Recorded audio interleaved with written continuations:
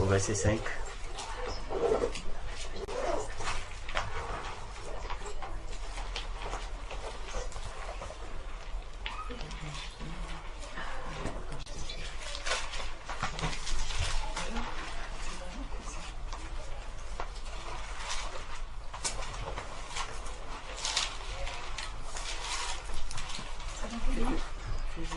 Éphésiens 2,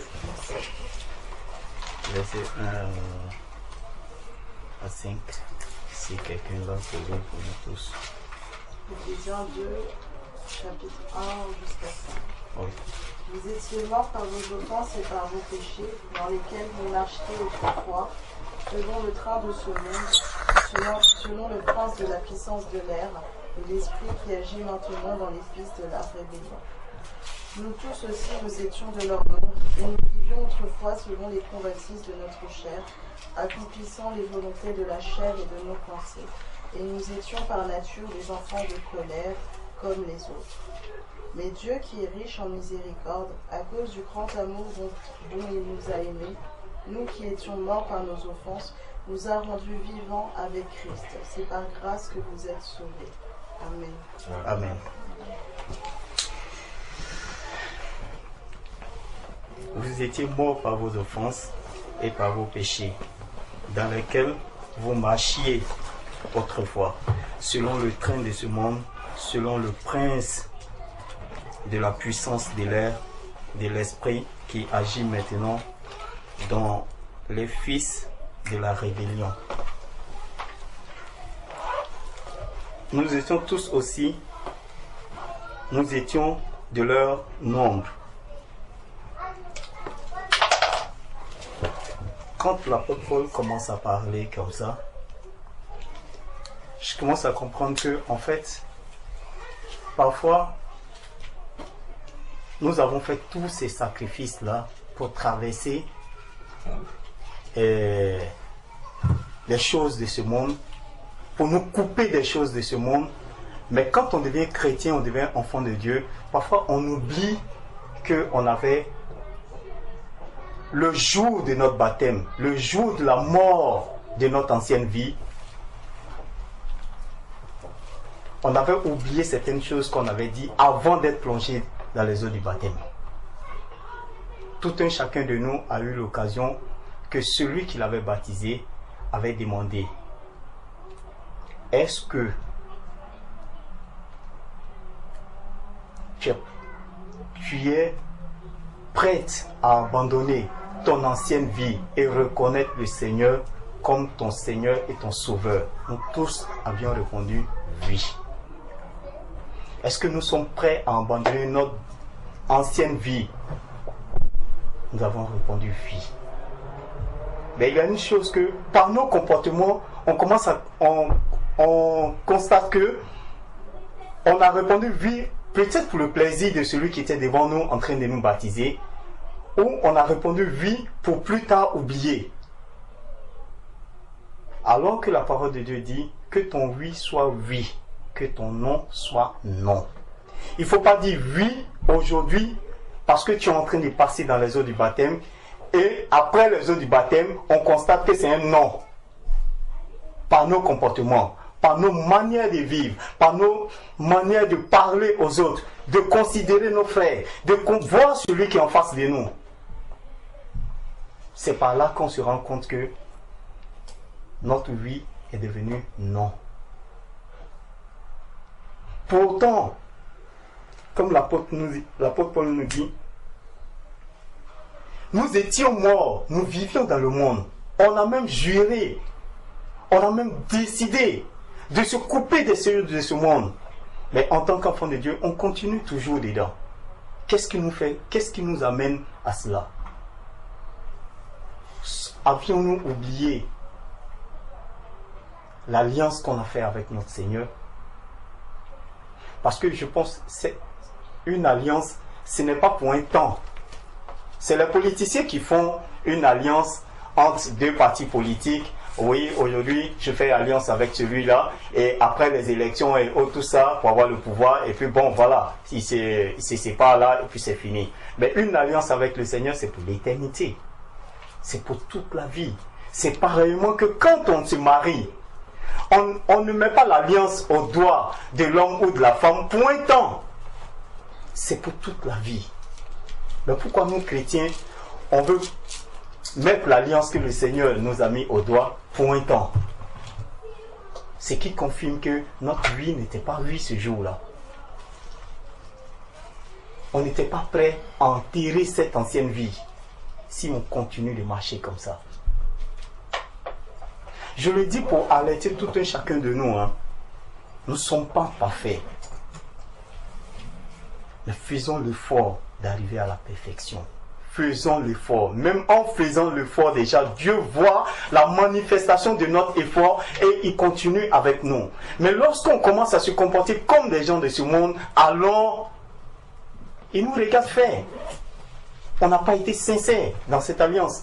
C'est comme on avait aimé la femme pour un temps, parce que oui, elle était, voilà, toute jeune, belle, machin, tout ça. Et puis, dès qu'elle commence à faire des enfants, on la trouve vieille. Et puis bon, c'est plus la peine de continuer avec elle. C'est trop difficile de penser à ça. Nous sommes chrétiens pour toujours. Notre alliance avec le Seigneur, c'est pour toujours, c'est pas pour un temps. Il n'y a pas de date de péremption. Non. Il n'y a pas de marche arrière parce qu'il dit quand tu mets la main à la charrue, tu ne dois pas regarder en arrière, sinon tu n'es pas fait pour le royaume des cieux. Nous sommes ce genre de chrétiens-là qui voulons mettre la main en avant et puis toujours regarder en arrière. Oui, dans le temps j'allais en boîte, est-ce que je ne peux pas faire un tour ce week-end-là?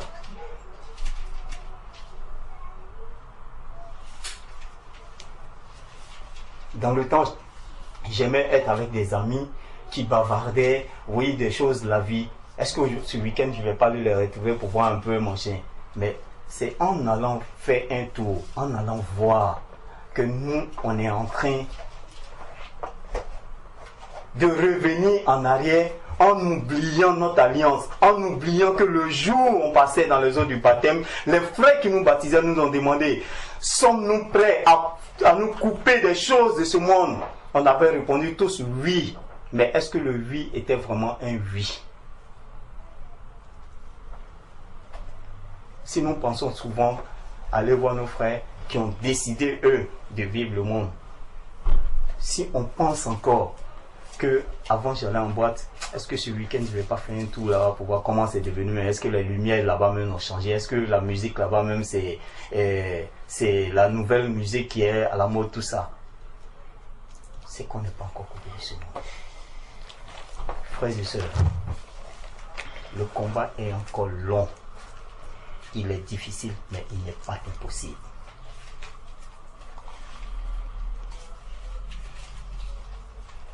Si on a décidé avec le cœur pur, le cœur sincère, d'arrêter, il y a des fréquentations même qu'on ne va même plus faire. Il y a des personnes même qu'on ne va même plus vouloir les voir sur notre chemin. Pas parce qu'on n'aime pas leur tête, mais c'est parce qu'on a beau faire pour les amener sur le chemin, ils n'ont pas voulu. Et donc, on ne veut même plus. Il y a ces personnes qu'on ne souhaite même pas rencontrer sur notre chemin. Je vous fais un témoignage d'un ami avec qui j'ai connu depuis 2008 jusqu'à aujourd'hui. Quand on se rencontre, quand j'ai eu l'occasion d'être en Italie 2 fois, j'ai passé même 2 jours chez lui. Quand on discute de la parole de Dieu, il a une chose dans sa tête. C'est que si Dieu existait, il n'allait pas avoir de pauvres et de riches. Donc pour lui, la richesse, ça se trouve quelque part dans le mysticisme pour devenir riche. Et ça, c'est sa conviction pure à 100%. Je lui explique par 1000 chemins que ce n'est pas ça la solution. Mais c'est mal connaître.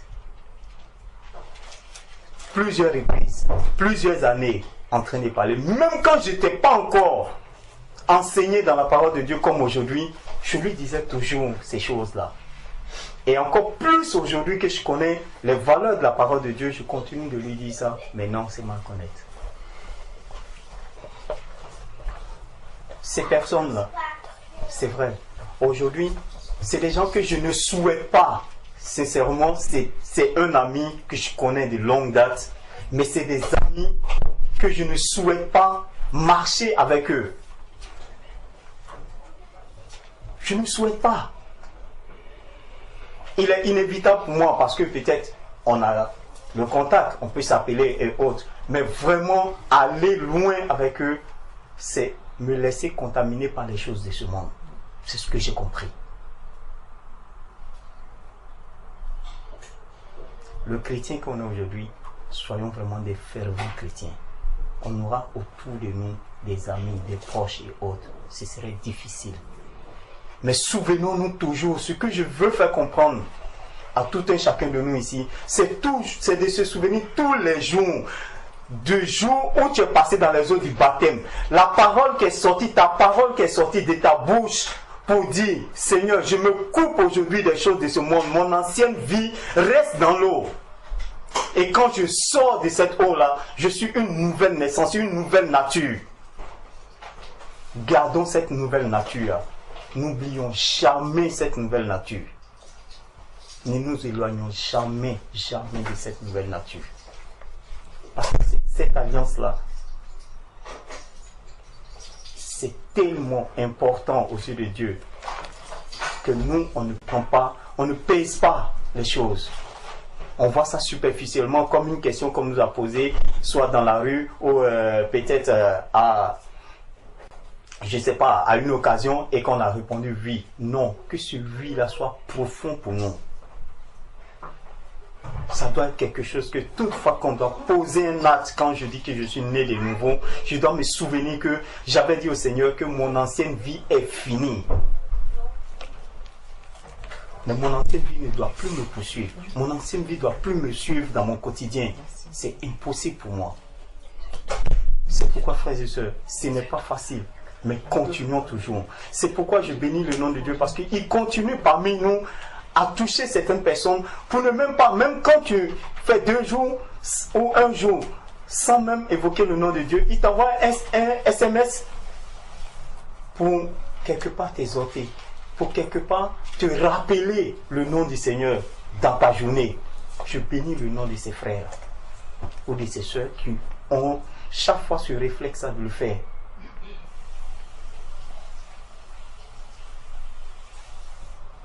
C'est très important pour nous, c'est très important pour un enfant de Dieu.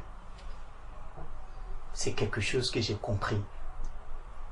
Le nom de Dieu, le nom de notre Seigneur, tous les jours. Même ne serait-ce pour 1 minute ou 2 minutes, invoquer son nom, c'est très important pour nous tous. Je l'ai dit, moi je sais quelqu'un, envoyer même SMS à quelqu'un, c'était trop difficile pour moi. Je n'avais pas cette habitude-là, franchement.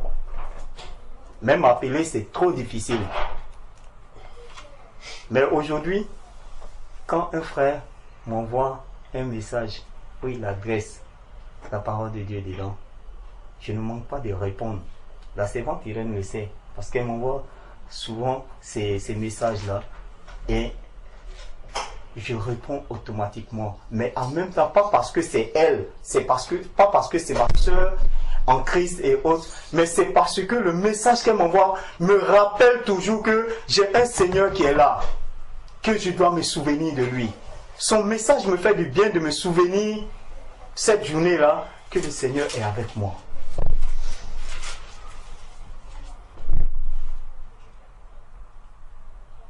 C'est que j'ai dû m'adapter à cette vie-là pour envoyer aussi des messages aux personnes, parce que peut-être en ce moment même ils ont envie d'entendre ça.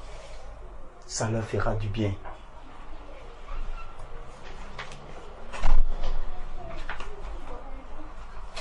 Mais seulement ce que nous avons dit avant d'oublier, avant d'enterrer notre ancienne vie, souvenons-nous toujours. Souvenons-nous toujours, parce que quand on se souvient de ça, on sait comment est-ce qu'on va marcher, on sait où on veut aller. Amen. Amen.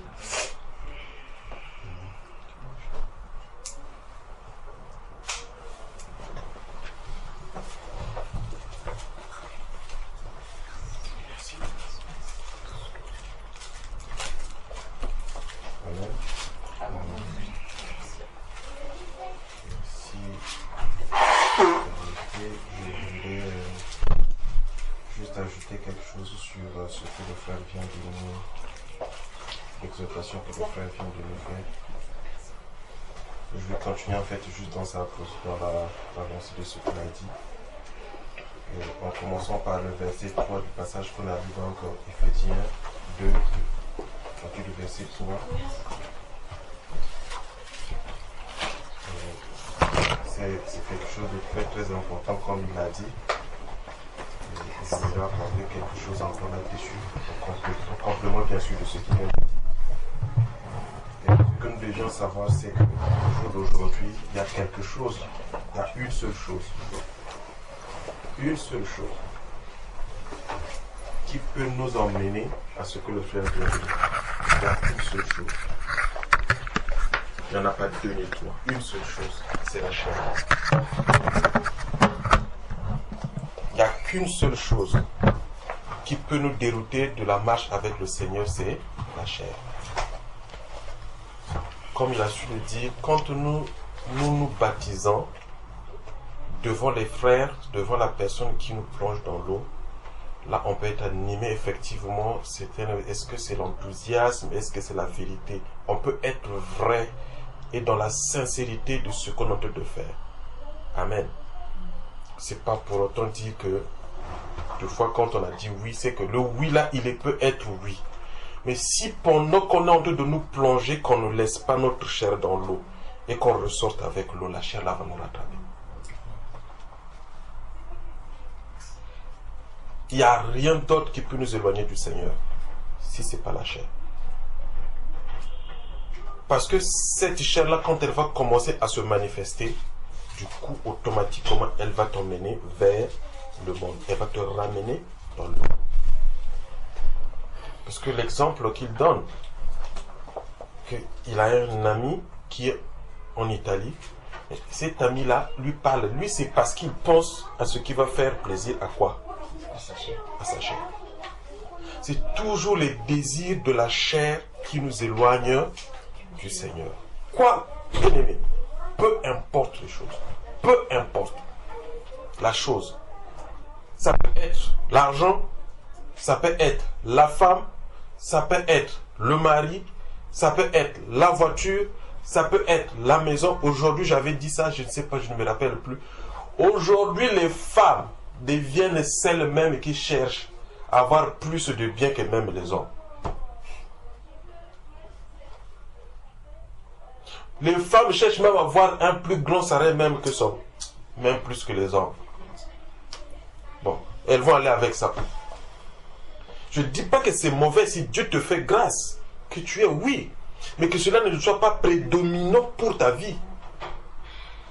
Que ça ne soit pas tes ambitions. Il faut que j'ai pour que. Tout ça c'est pour nourrir quoi? Pour faire plaisir à quoi? C'est à la chair. Tu as beau dire oui le jour de ton baptême au Seigneur, mais tant que les désirs de la chair ne sont pas morts, tant que la chair, tu ne l'as pas enterrée, tu ne l'as pas tuée ce jour-là, et l'enterrée dans l'eau pendant qu'on était de te plonger, et que tu es sorti avec, tu vas résister un jour, tu vas résister 2 jours, 1 semaine, mais quand ça va faire volte-face, tu vas retomber. Frères et sœurs, c'est comme on a dit, c'est la parole.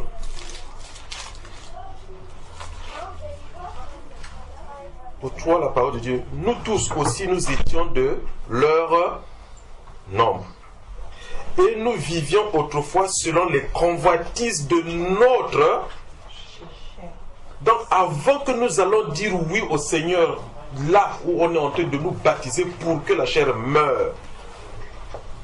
Mais nous le savons, le frère vient de le dire, hier on était encore de l'autre côté.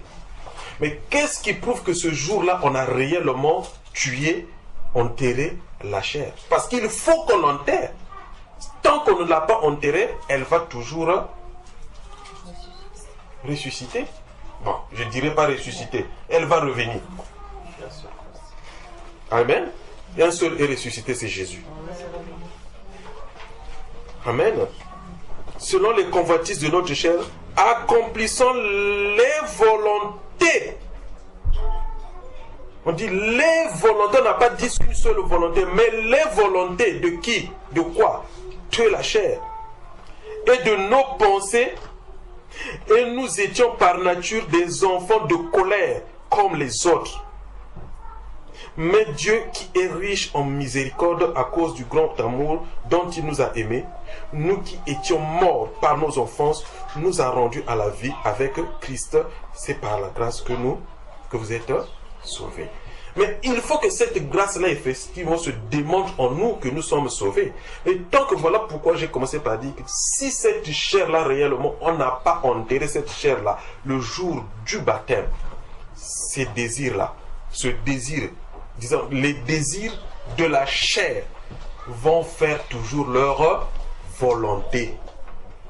C'est ce que le frère André nous a dit. Que si ce jour-là on a dit oui, ce oui-là peut sembler être non. Parce que la chair, on ne l'a pas bien tuée. Bonsoir, bon après-midi à tous. Bonsoir. Amen. Ça peut être peut-être qu'on lui avait seulement coupé les jambes. Gloire à Dieu. Ça peut être qu'on lui avait seulement peut-être coupé les bras. Mais ça a repoussé. Donc il faut qu'on sache et il faut qu'on comprenne que le jour du baptême, il y a une chose que nous devions faire. Il y a un géant que nous devons abattre. Un seul, c'est lui qui cause toute la misère. Il n'y en a pas deux, il n'y en a pas trois, ni quatre. N'allons pas chercher, peut-être qu'il y a un seul géant. C'est qui? C'est la chair. Parce qu'on dit que cette chair-là, il n'y a qu'une seule, cette chair-là a plusieurs désirs qui se manifestent en nous, qui font que ces désirs-là, qui font que, deux fois, le oui que nous avons dit ce jour-là, puisse être mis à l'écart. Et à ce net moment, c'est qui maintenant qui veut faire sa volonté qui prend la place, sont les désirs de la chair. Donc voilà pourquoi, sur ce que le frère nous a dit, il dit, vous étiez morts, et ça c'est vrai, par vos offenses et par vos péchés, dans lesquels vous marchez autrefois selon le train de ce monde. Ce monde ici, c'est comme nous le lisons dans Romains 12. Que ne vous conformez pas au siècle. Nous ne devons pas nous conformer. Pourquoi? Parce que nous ne sommes plus les mêmes à cause du jour du baptême qu'on a tué la chair. Parce que ce siècle présent est dominé par les désirs de la chair. Le siècle présent est dirigé et animé par les désirs de ce géant qui est la chair. Donc, tant que nous n'avions pas au jour d'aujourd'hui compris que la chair doit être enterrée définitivement en nous, ces désirs-là vont toujours revenir. Alléluia. Donc, je voulais juste en fait encore essayer d'aller dans le sens que le frère nous a exhorté pour que nous puissions comprendre que quand nous allons au baptême, nous devons accepter que vraiment la chair soit totalement tuée et qu'on l'enterre effectivement tant que nous sortons, nous puissions dire que la chair, je t'ai enterrée, pour que quand nous sortons de là, nous devenons des nouvelles créatures. Alléluia. Si je suis en Christ, je suis une nouvelle créature. Les choses anciennes du géant de la chair, de ses désirs, sont passées. Et l'arrivée de l'Esprit Saint, Jésus-Christ de Nazareth, fait de moi une nouvelle créature. Mais bien aimé, si la chair déjà on ne l'a pas enterrée dans l'eau, quand nous sommes allés là-bas on ne l'a pas bien enterrée, et qu'on est revenu avec nous dans la vie, mais il va avoir quoi? C'est là où on va lire, dans Galates 5, les désirs de la chair et de l'esprit sont diamétralement opposés. Qu'est-ce qui se passe? Il y a une lutte. Ou tu vas obéir au désir de la chair ou tu vas obéir au désir de l'esprit. Mais très souvent, les désirs de la chair ont une oppression pas possible. C'est-à-dire, quand il est là, il va te pousser jusqu'à ce que tu tombes. Tant que tu n'es pas tombé, il ne va pas te lâcher. Et il parle avec insistance. Vas-y, vas-y. Mais on te traite de lâche. Non, il faut faire. Tu es un homme, tu es une femme. C'est bon. Reparle, agis, tape, ainsi de suite. Mais l'esprit de Dieu va toujours te dire, calmement, mon fils, tu es né de nouveau. N'agis pas ainsi. Mais très souvent, le diable nous oppresse. Donc c'est pour cela que nous devions prendre connaissance de ces choses-là, pour que nous puissions nous rappeler de ce jour-là, comme on vient de nous dire, là où on a dit oui, et là où on a dit non à la chair. C'est très important. Que dois-je faire? Que ne dois pas, que dois-je faire? Et qu'est-ce que je ne dois pas faire? Alléluia. Nous pouvons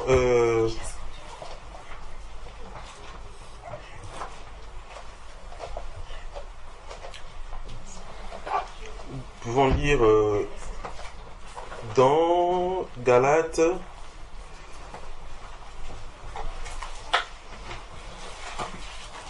chapitre 5.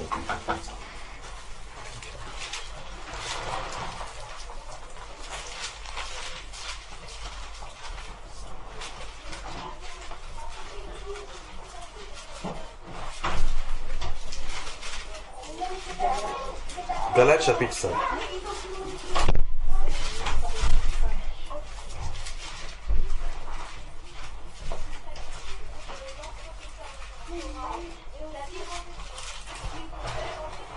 Galates chapitre 5, nous allons lire d'abord le premier verset.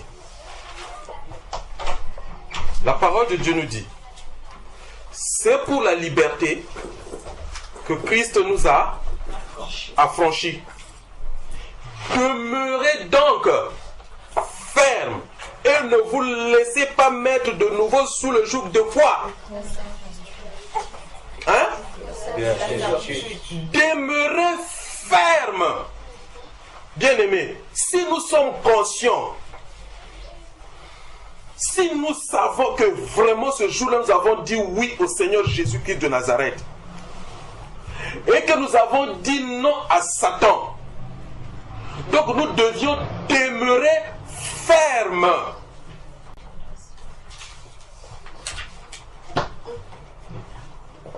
Parce que c'est pour la liberté que le Seigneur Jésus nous a affranchis.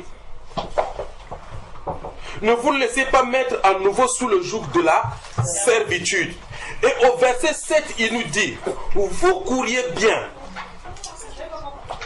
Qui vous a arrêté pour vous empêcher d'obéir à...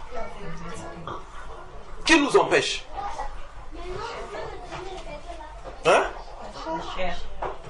Et donc nous devons résister au désir de la chair.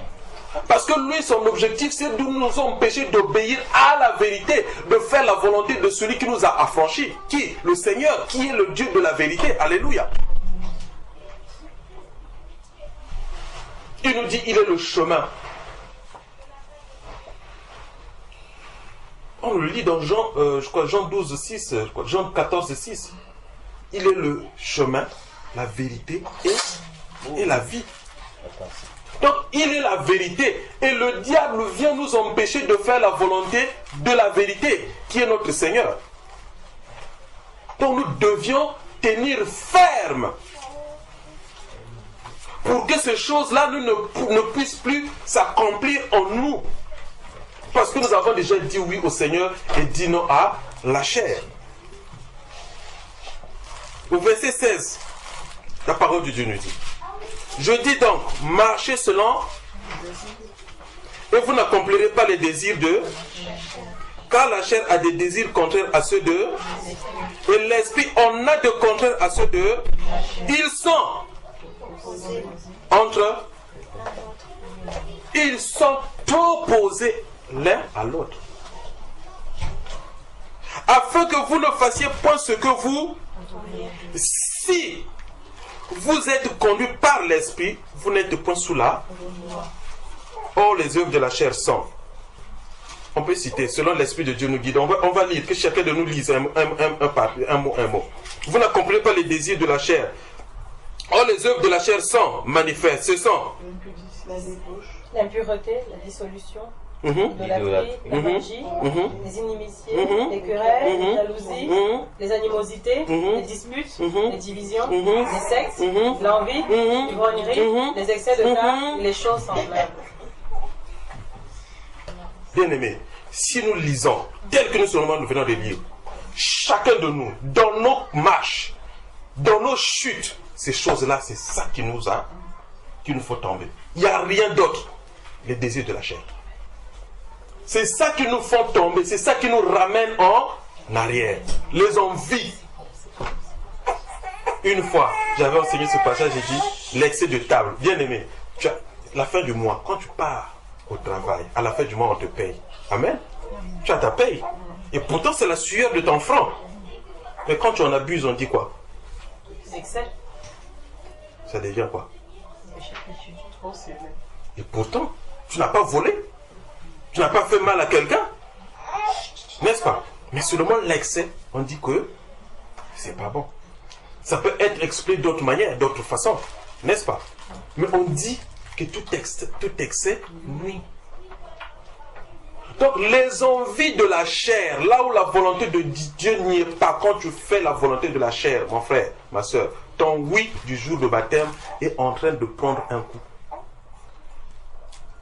Nous devons donc nous séparer de la chair à cause de ces désirs qui nous réclament, à cause de ces désirs qui nous éloignent de la vérité qui est Dieu.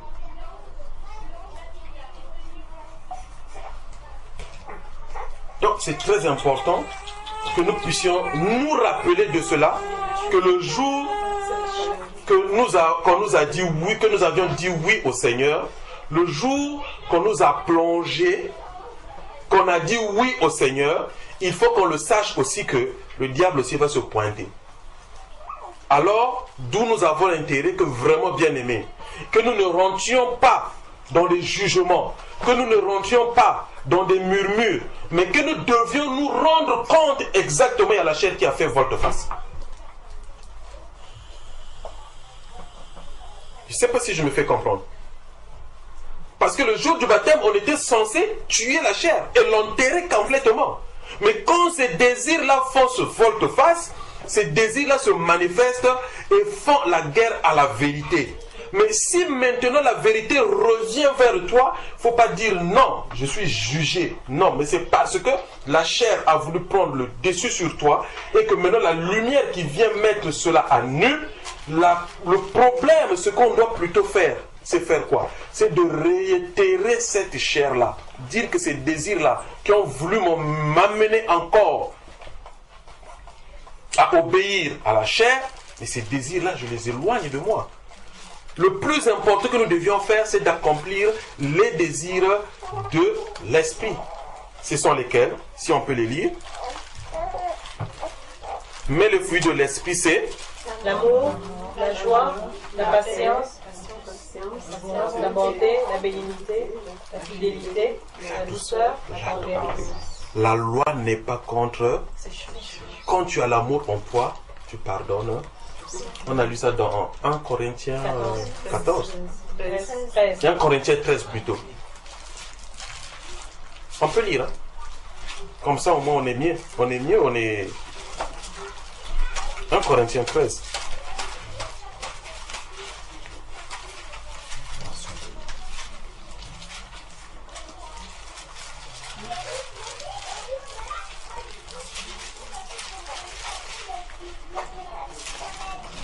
Corinthiens 13, on va commencer à partir du verset 1. Quand je parlerai des langues des hommes et des anges, si je n'ai pas la charité, je suis un neurin qui résonne, ou une cymbale qui retentit. Et quand j'aurai le don de prophétie la science de tous les mystères et toutes... Bon, ça, on ne va pas... je ne vais pas expliquer tout ça parce qu'on va juste ressortir ce qu'on veut entendre. Amen. La science de tous les mystères et de toute la connaissance, quand j'aurai même toute la foi, jusqu'à transporter des montagnes, si je n'ai pas la charité, je ne suis rien. Et quand je distribuerai tous mes biens pour la nourriture des pauvres, quand je livrerai même mon corps pour être brûlé, si je n'ai pas la charité, cela ne sert de rien. La charité, elle est pleine. La charité n'est point envieuse. La charité ne se vante point. Elle ne s'enfle point. Elle ne fait rien d'eux. Elle ne cherche point son intérêt. Elle ne s'irrite. Quand tu as la volonté, quand tu as l'amour en toi, tu ne peux pas t'irriter. Quand tu kiffes, vas-tu t'irriter. Elle ne soupçonne point le mal. Elle ne se réjouit point de l'injustice, mais elle se réjouit plutôt de la vérité. Elle excuse tout. Elle croit tout. Elle espère tout. Elle supporte tout. Bon, si j'ai l'amour et que je ne supporte pas mon frère qui est en face, je ne supporte pas la soeur qui est en face, bon, à qui vraiment je me ressemble? Gloire à Dieu. À qui je vais me ressembler à ce moment? Donc voilà pourquoi, quand nous nous rassemblons, la première des choses qui doit primer en nous, c'est d'abord l'amour. Il faut que l'amour soit d'abord dans nos cœurs. Pour que quand je veux voir mon frère Franck, en occasion, je ne dirais pas de chute, ou peut-être en défaillance, ou en faille, ou en quelque situation qui peut peut-être me paraître un peu anormal, alléluia. Je ne veux pas le critiquer, je ne veux pas me moquer de lui, mais plutôt je veux manifester l'amour d'aller vers mon frère et de prier pour lui. Amen. Amen. Et quel que soit ce qu'il va me faire, quel que soit ce qu'il va me dire, la première des choses, ce n'est pas d'abord pour me révolter, mais il faut que je sois patient, il faut que j'accepte tout, il faut que je supporte tout. Amen. D'où viendra l'harmonie entre lui et moi? Mais si la colère d'abord prend la première place, là ça devient grave. La colère, ça fait partie de la chair.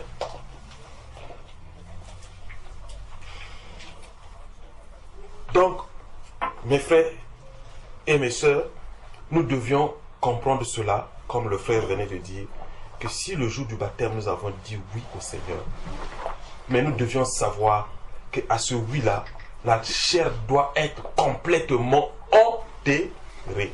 S'il y a encore des choses telles que nous venons de lire dans les désirs de la chair, qui sont encore en nous, alors nous devions donc nous rendre compte qu'il y a encore des parcelles des désirs de la chair en nous que nous devions dégager pour que nous soyons complets, que nous soyons vraiment en harmonie et que nous produisons les fruits de l'esprit que la loi n'est pas contre. Gloire à Dieu.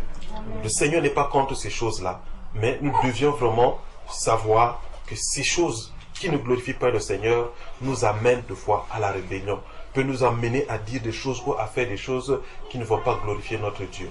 Et à ce moment-là, surtout, il faut qu'on se rende compte que ce qui est en train de se manifester, c'est pas mon frère, c'est pas ma soeur, alléluia, mais c'est qu'il y a une puissance des ténèbres qui est en train de m'oppresser, qui m'en veulent à cause des désirs de la chair qui veulent se manifester en moi. Amen. Mais il ne faut pas toujours qu'on voie les frères et des sœurs, bien aimés. Si le frère et la sœur est avec toi, ils sont en nous, nous devons pratiquer l'amour. Nous venons de lire ça tout à l'heure. Que l'amour, qu'est-ce qu'elle doit manifester en nous? Qu'est-ce que nous devons manifester, nous qui sommes enfants de Dieu? Gloire à Dieu. Et que le mal ne soit pas en nous. L'amour n'est pas envieuse. Elle n'a pas d'intérêt. Il n'y a pas le mal dans l'amour. Donc si le mal commence à arriver, nous devions nous rendre compte tout de suite. Non. Il y a une mauvaise sémence qui veut arriver. Il y a quelque chose de mauvais qui va arriver. À ce moment-là, il faut prendre le dessus sur cette chose-là. Et pour que nous soyons encore plus forts et que nous soyons encore plus que vainqueurs. Que le Seigneur nous bénisse. Amen.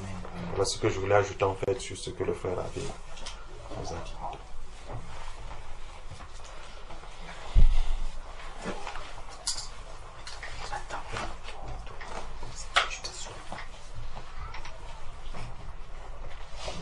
Amen. Amen. Par rapport à ce qui est partagé, il y a quelque chose également. C'est que souvent, quand le Seigneur utilise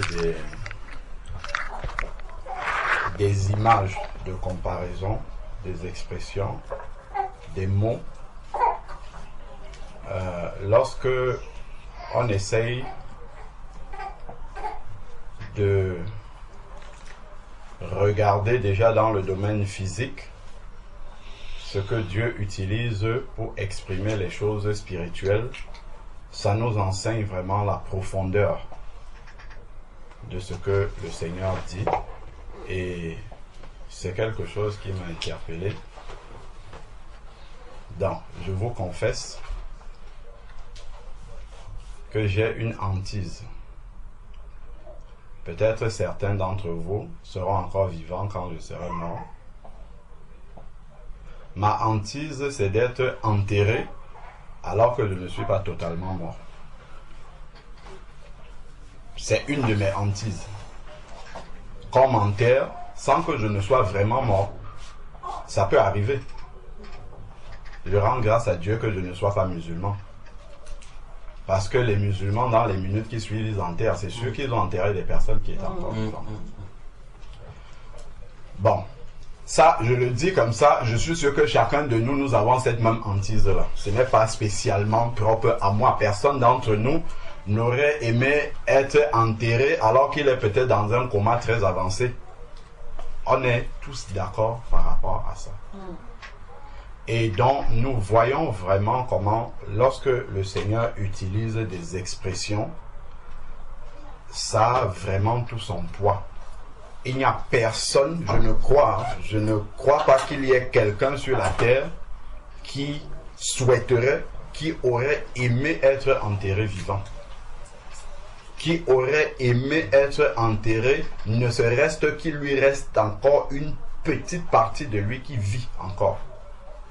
On préfère être mort vraiment, totalement. Et vraiment, je peux même dire gloire à Dieu qui est le formol. Parce que si tu n'es pas mort, on t'injecte ça là, tu meurs pour de vrai. Et c'est après ça qu'on t'enterre.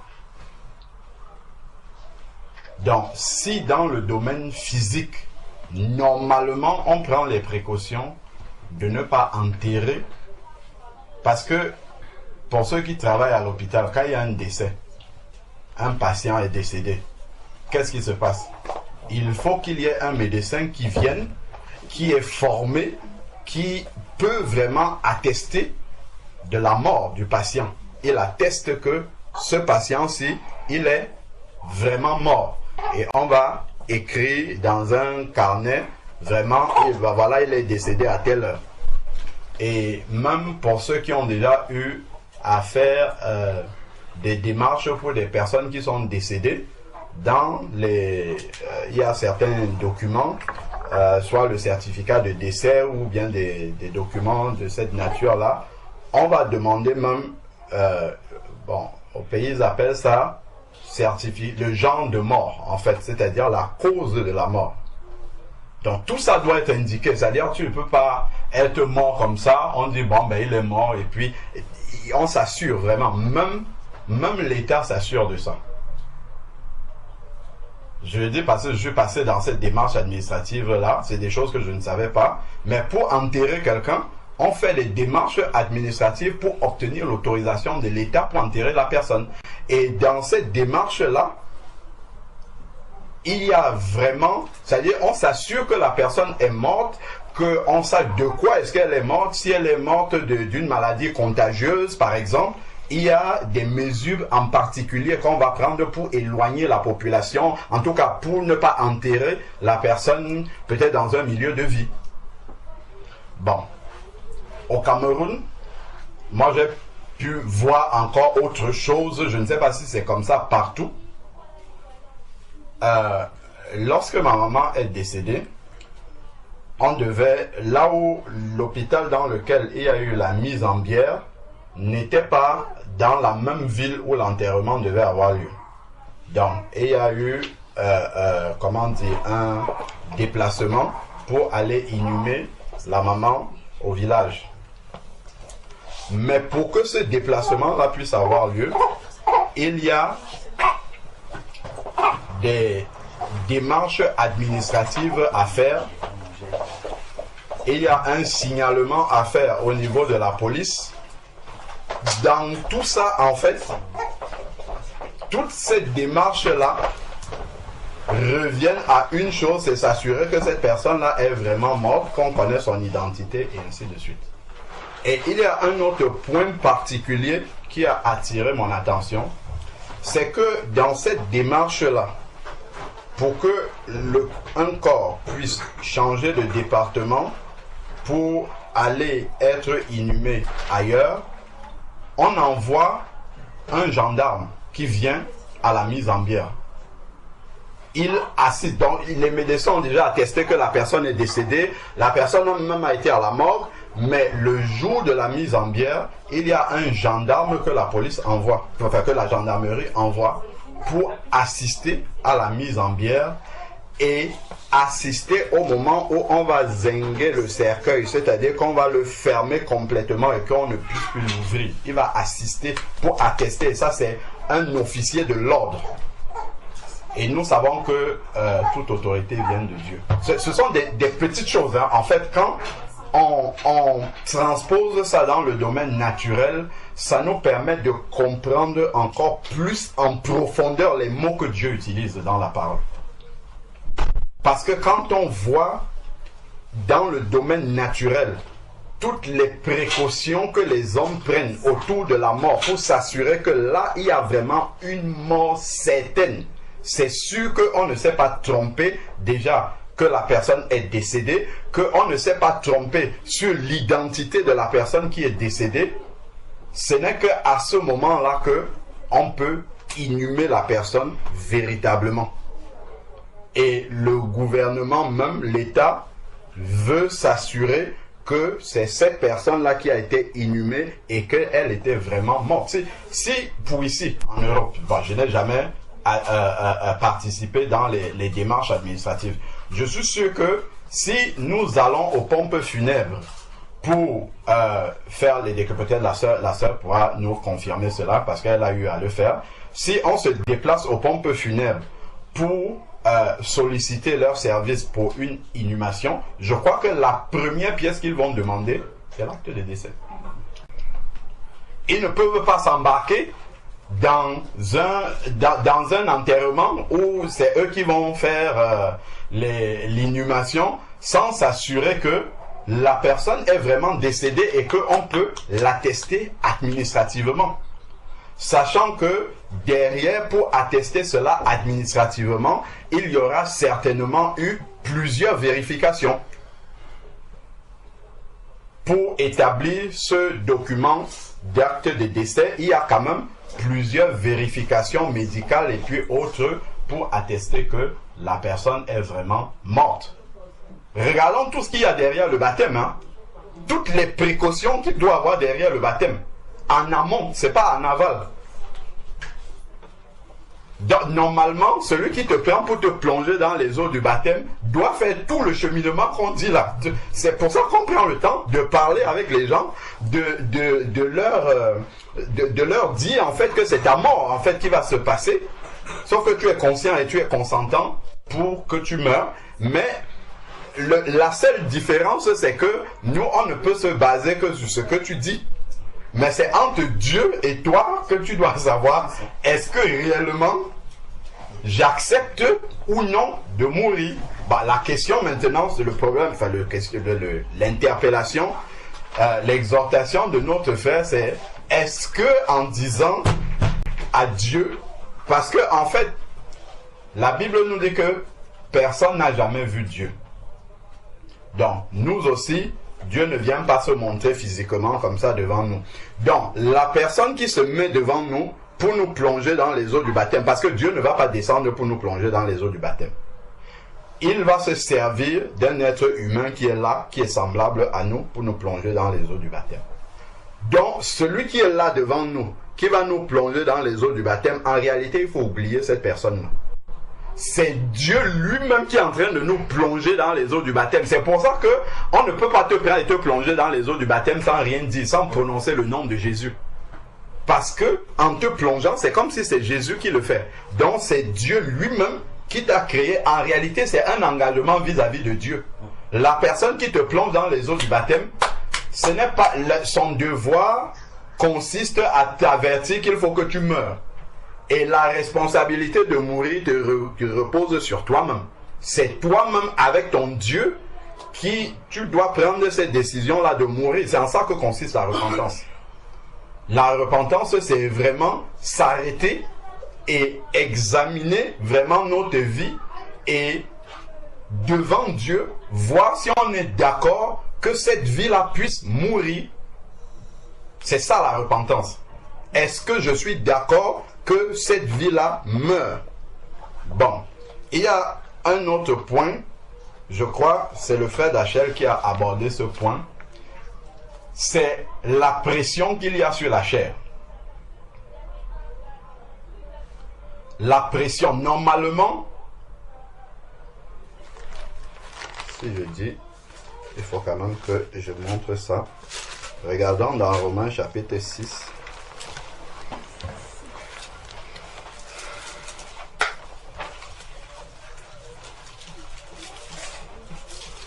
Romains 6, 6.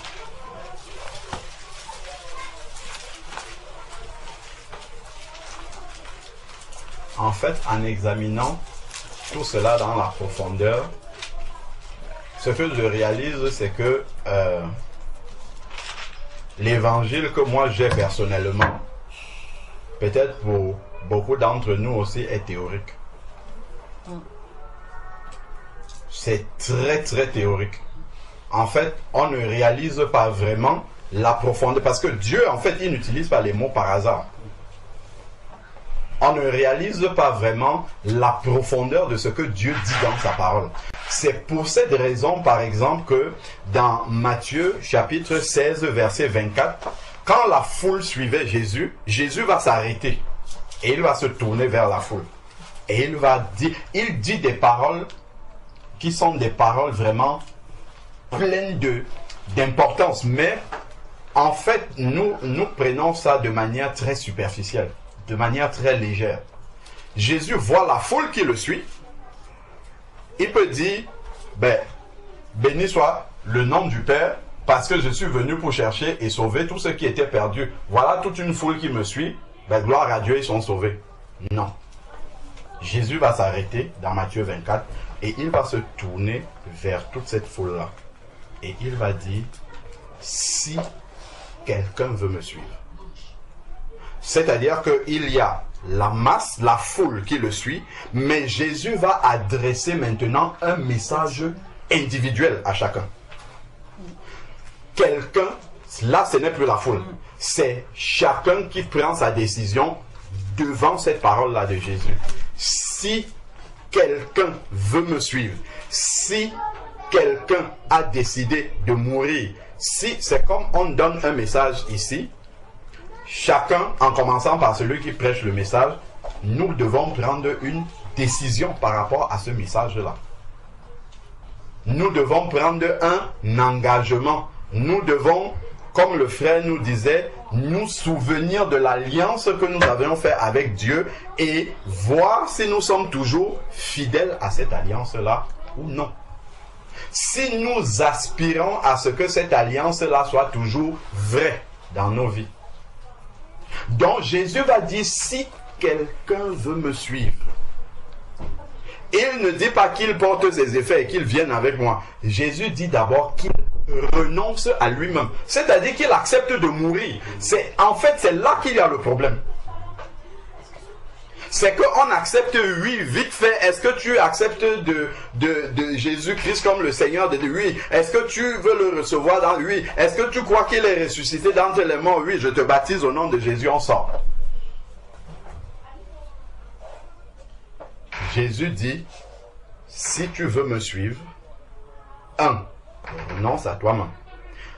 Parce que tout ce dont nous sommes en train de parler là, les désirs de la chair, reviennent juste au renoncement à soi-même.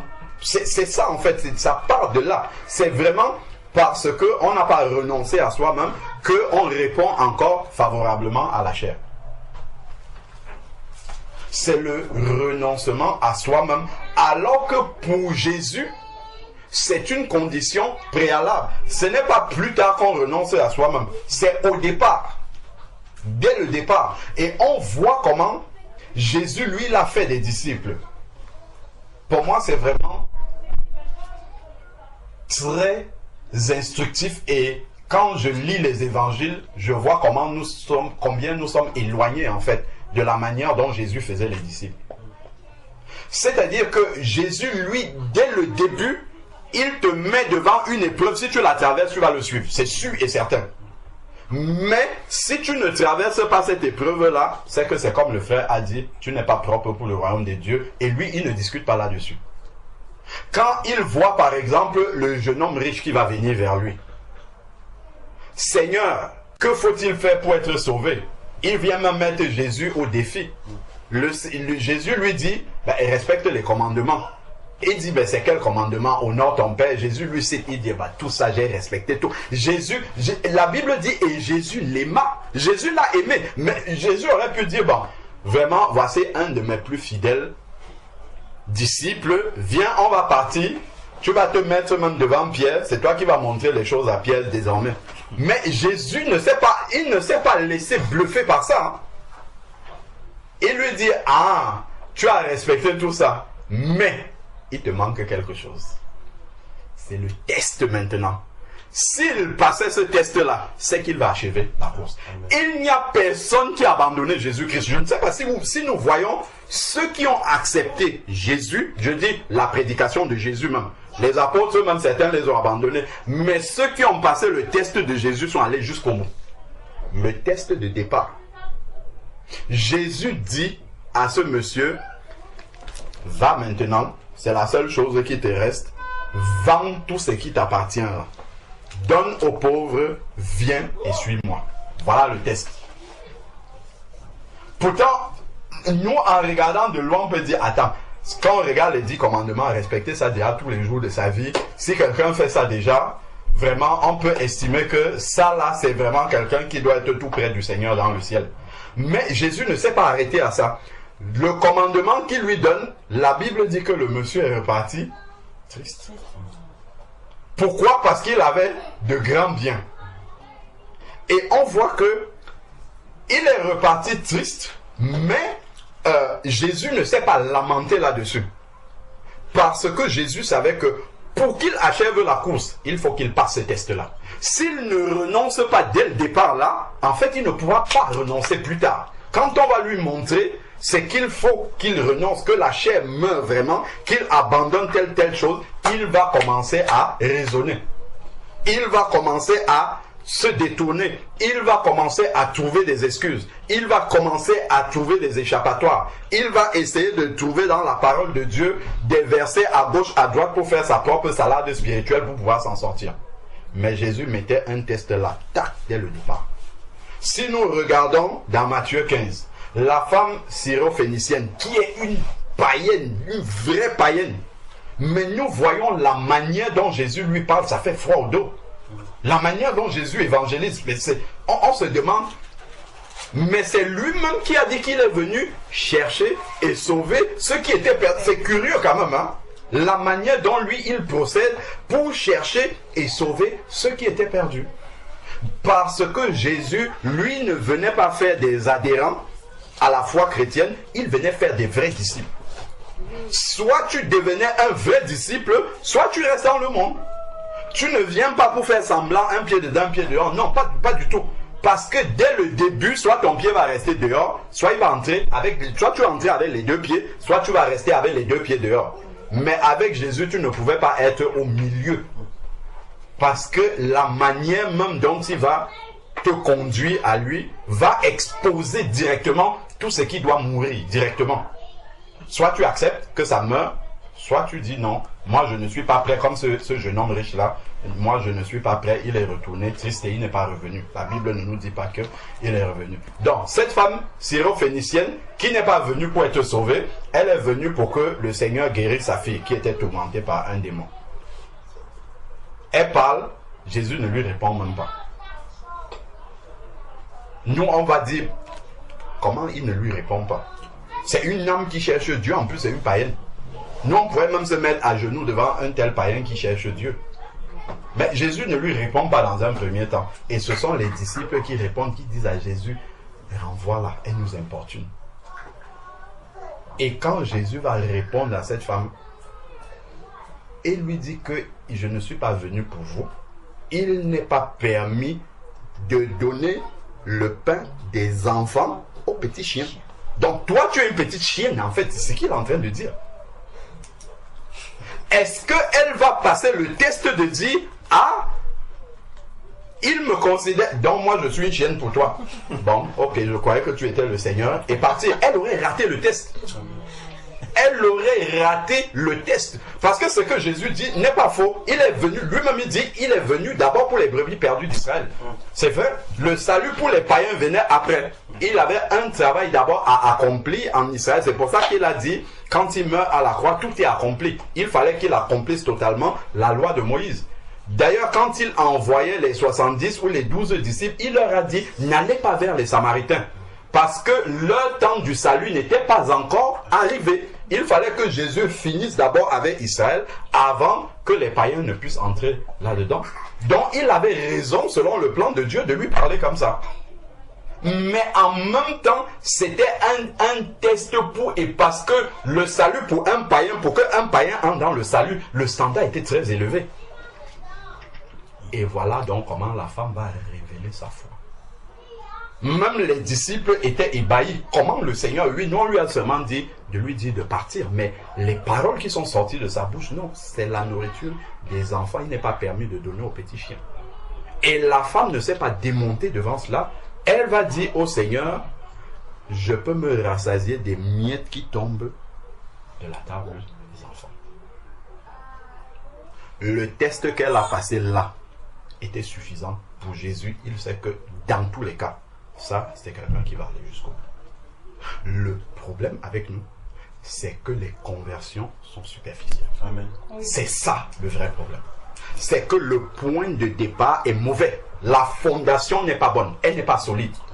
Comme le Seigneur dit que c'est dans Matthieu 7, celui qui veut bâtir, il a fait comment? Il a creusé. Creuser. C'est au début qu'on creuse. C'est dans la repentance. C'est là qu'il faut creuser. C'est là qu'il faut mettre l'accent. Sinon, après, la marche sera compliquée. Elle sera difficile. Même quand on va te dire renonce à la chair, parce que c'est déjà une chose de savoir que ça c'est bon pour moi, même si je n'y arrive pas. Mais la chair même déjà va se rébeller et dire, mais il se prend pour qui pour me dire ça? Pourquoi je peux être aussi enfant de Dieu mais ne pas faire ça? Donc la chair sera en train de combattre. Donc déjà de savoir que c'est ça qui est bon pour moi, ça c'est déjà un bon fondement. Même si dans la pratique je n'arrive pas encore à le faire, mais déjà avoir le désir profond dans son cœur. Je vois par exemple, il y a des bien-aimés, une qui me disait, ah, je n'arrive pas à me débarrasser de la cigarette, je n'arrive pas à me débarrasser de l'alcool, je lui dis, c'est bien, on peut prier, on peut jeûner, on peut faire beaucoup de choses. Mais je sais une chose, c'est que Jésus est le Dieu de la délivrance. Amen. Lui, il est prêt à t'enlever tout ce qui ne le glorifie pas. Mais il a besoin d'une chose. C'est de ton consentement. Vrai, pas devant les hommes. Tu peux me dire, je veux abandonner la cigarette, mais dans le fond du désir de ton cœur. C'est si en passant là, sans que moi-même je ne vais acheter le paquet de cigarettes, si quelqu'un peut me proposer comme ça, ce n'est pas moi qui suis allé vers ça. Si quelqu'un pourrait quand même me proposer un bâton de cigarette, ça m'arrangerait quand même. Comme ça, au moins, j'ai quand même la conscience tranquille. Je ne suis pas allé, je ne vais plus au magasin pour acheter ce paquet. Ce n'est plus moi, je n'ai pas cherché, on me l'a donné. Donc, si Jésus voit qu'il y a ça encore dans notre cœur, il te laisse avec. Le Saint-Esprit respecte notre volonté. Mais s'il voit que tu luttes, que dans le fond de ton cœur, tu luttes vraiment pour sortir de quelque péché que ce soit, ce qu'il fait, hein, c'est que c'est délivrant, il met le dégoût simplement dans ton cœur. C'est terminé. Quand tu vois cette chose-là, mais qu'est-ce que ça m'apporte? Ça ne fait que détruire ma vie. Et c'est comme ça dans tous les domaines. Il faut juste que dans le fond de notre cœur, que nous désirions profondément nous en sortir. Dieu le fait. Lui, il est prêt à faire son travail.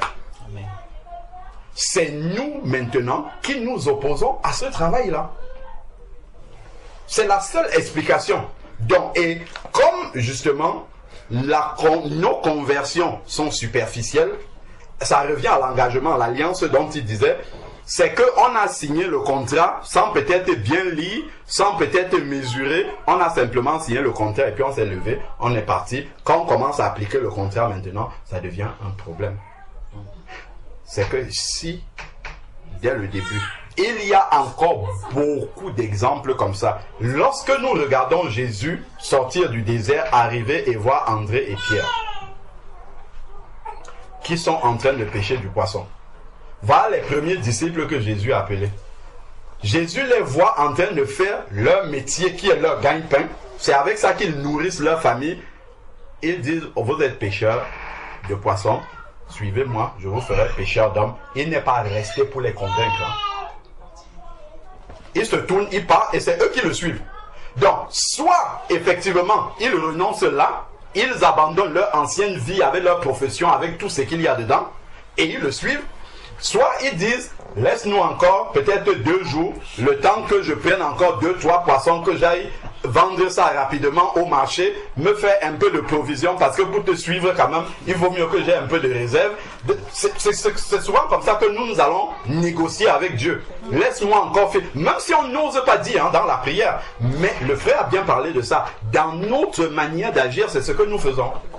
Nous négocions avec Dieu. Laisse-moi encore un peu ce domaine-là de ma vie. Il faut que... C'est un peu brutal que tu viennes entrer dans ce domaine-là. Ça, c'est mon jardin secret. Laisse ça d'abord. Moi-même, je vais encore gérer ça. Et tu prends tel autre domaine. Mais ça, là, c'est pour moi. Donc, et après, ça va poser problème.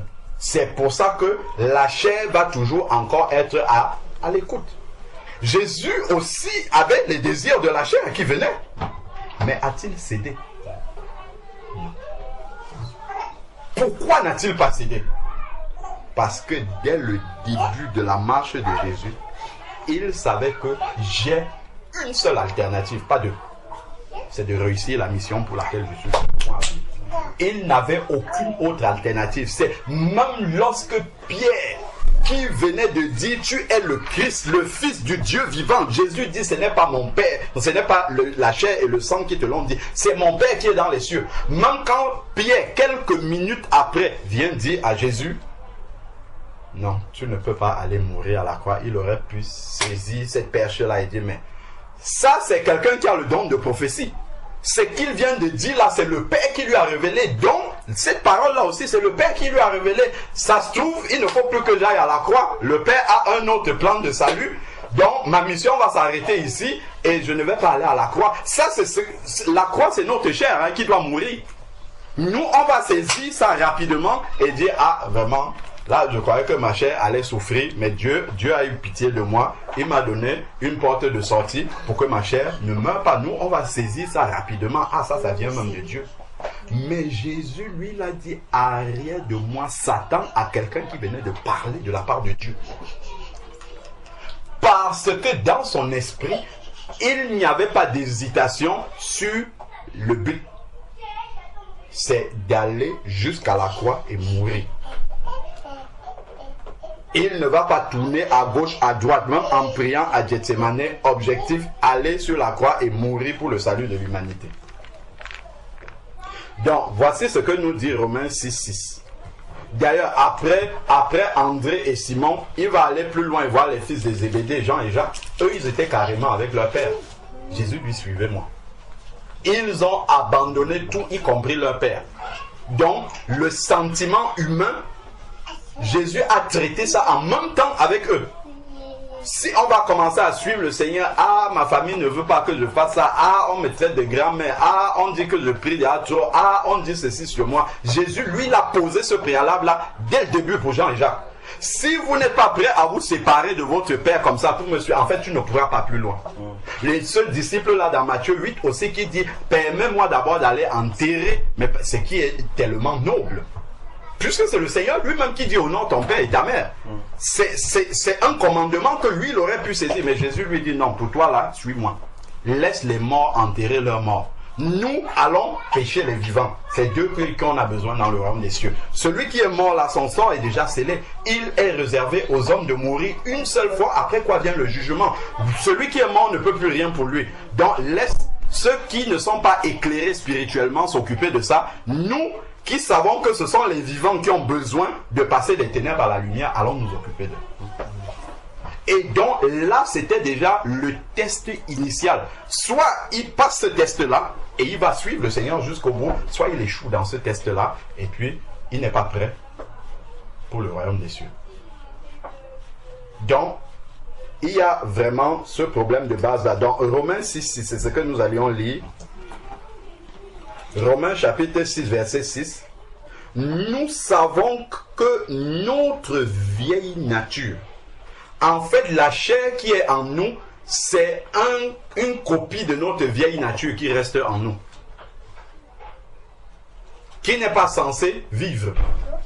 C'est elle qui a été enterrée. Mais il y a une copie qui reste en nous, notre vieille nature, dans la chair c'est sa copie. Il nous dit a été crucifié avec lui. Avant ça il parle du baptême, hein. Plus haut il parle du baptême. Ça s'inscrit dans un contexte du baptême. Et donc dans la suite il nous explique ce qui s'est passé avant l'enterrement du baptême. Nous savons que notre vieille nature a été crucifiée avec lui. Quand on a crucifié Jésus, est-ce qu'il est resté vivant? Il est mort. Jésus, il n'est pas mort à 50%, il est mort à 100% jusqu'à ce qu'on le mette dans le tombeau. Donc de la même manière, le verset d'avant dit que nous nous identifions à Christ comme étant une même plan. Donc tel il a subi dans son corps, tel notre chair a subi également.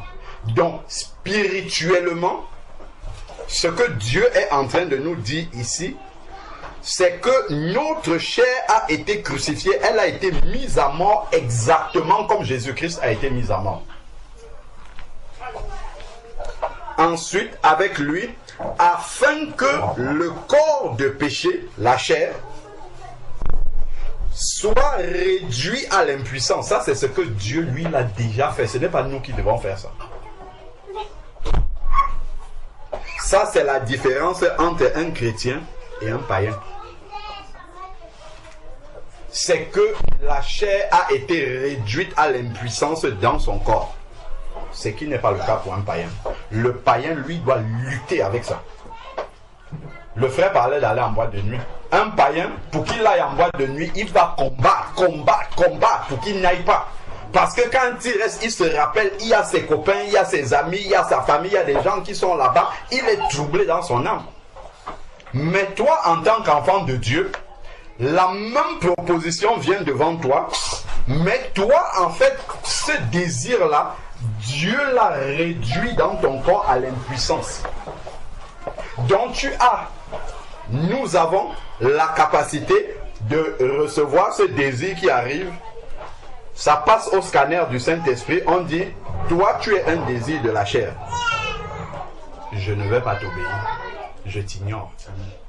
Ça, c'est la puissance que nous avons. Amen. C'est le manque de foi qui fait en sorte que nous acceptons les désirs de la chair et que nous y marchons.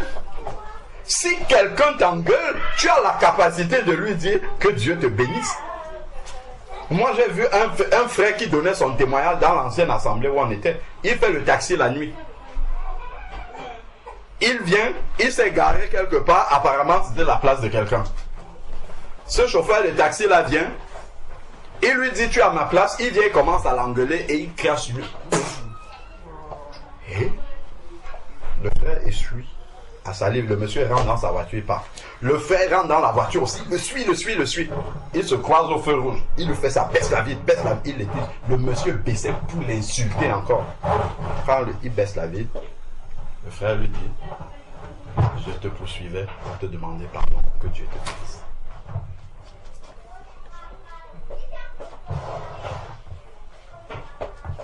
Parce qu'il sait qu'il peut. Il est resté dans la foi.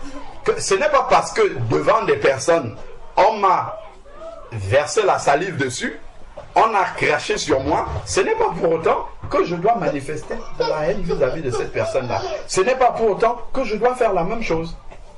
Il est parti, il a réussi à demander pardon au monsieur et lui dire que Dieu le bénisse. Si un frère qui est fait de chair et de sang comme nous a pu le faire, ça veut dire que je ne crois pas que Dieu fasse la différence entre ses enfants. C'est juste la foi qu'on met dans l'œuvre de la croix qui est accomplie ici pour chacun de nous. Donc, devant chaque désir de la chair, parce que nous avons déjà compris quel est le problème, maintenant c'est de trouver la solution. Parce que c'est une chose d'identifier le problème, et la deuxième chose, si nous essayons de lutter contre cela, c'est perdu. Lisons Romains chapitre 7, nous allons comprendre.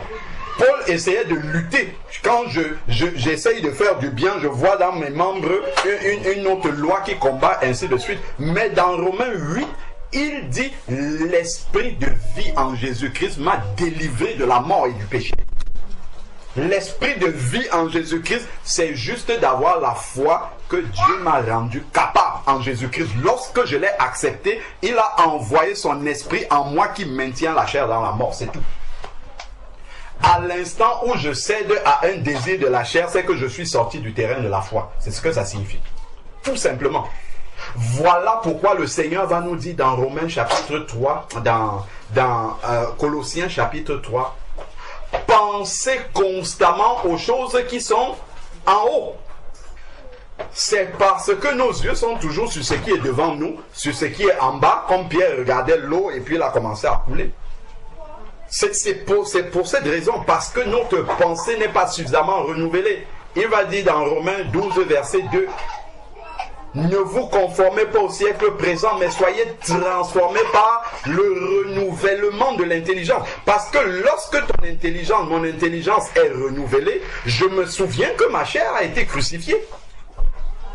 Je me souviens que Dieu m'a donné la capacité, quel que soit ce qu'on me fait, de ne pas obéir au désir de la chair, qui me dit non, venge-toi, qui me dit non, réponds, qui me dit non, descends de ta croix. On ne peut pas quand même te faire ça. On ne peut pas t'écraser et te piétiner jusqu'à ce point-là. Le Seigneur n'a pas demandé jusqu'à ce point. Ça, c'est tout ce qui était le long du chemin de Jésus, comme ça, qui lui disait descends de la croix. Et les descentes de la croix, nous en avons beaucoup, à profusion. Descendre de la croix, ce message-là nous suit de partout. Parce que le monde n'accepte pas de monter sur la croix et essaye de nous inculquer aussi, il ne faudrait pas que tu ailles sur la croix. Ce que Pierre a dit à Jésus, c'est ce que nous entendons tous les jours. Donc, nous étions en train d'expliquer ici, car celui qui est mort est quitte du péché. Donc, nous étions en train de parler des oppressions. J'avais noté des choses qui avaient attiré mon attention sur le domaine physique.